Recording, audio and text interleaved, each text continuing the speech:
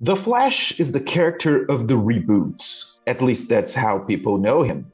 The superhero who goes back in time and messes up. It's a funny meme that DC Comics, the character's publisher, has embraced. The Flash gained this fame from the Flashpoint saga, in which Barry Allen, the second Flash, goes back in time to prevent the murder of his mother, Nora Allen, and ends up messing up the timeline. The comic was so remarkable that it ended up coming out of comics and being adapted for other media, animation, TV series, and cinema. But the truth is even deeper. Barry Allen was the first major reboot in comic book history. When the golden age of superhero comics ended, DC needed to revitalize its line of characters and decided to create a new version of one of its characters that hadn't appeared in a while. Guess who was chosen? That's it. You got it. Jay Garrick, the original Flash, left the scene, and Barry Allen went by the name The Flash instead. This time with a completely different uniform and origin. Only the code name and powers remained. With the success of the new Flash comic, DC has revitalized other characters such as Green Lantern, Adam, and Hawkman. So the silver age of superhero comics has begun. Jay Garrick, however, would not be forgotten forever, and he was brought back the first time in history that the multiverses were ever mentioned. The Flash of Two Worlds story, when Barry traveled to Earth 2 and discovered that the heroes he read in his own comics existed in a parallel universe.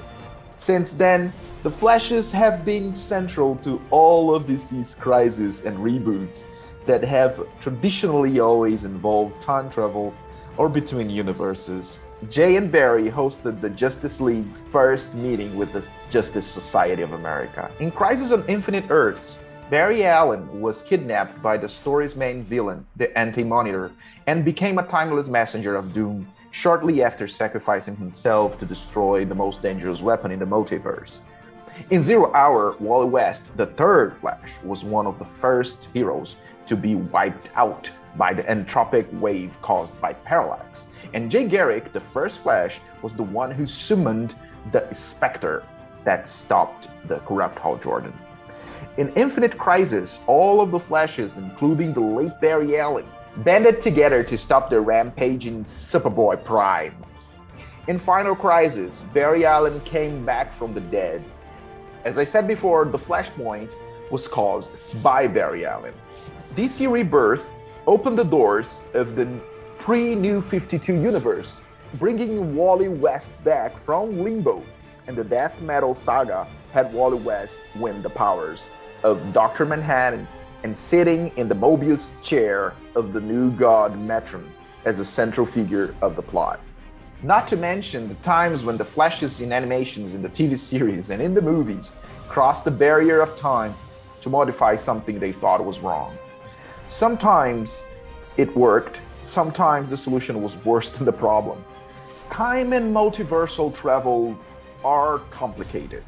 In the world we call real, they don't happen, as far as we know. In fiction, they can solve problems or make them worse. What's interesting to me is that, for the most part, stories like this are about learning to deal with past mistakes and starting over with the hope of better futures.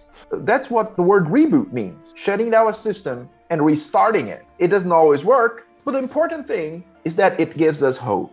And if a hero's job is to make us look forward to believing that we can, in Jack Kirby's words, do better and be better, then the Flash, whether Jay, Barry, Wally, Bart, or anyone else who wears the mantle, has served its purpose very well, whether in fiction or in the world we call real.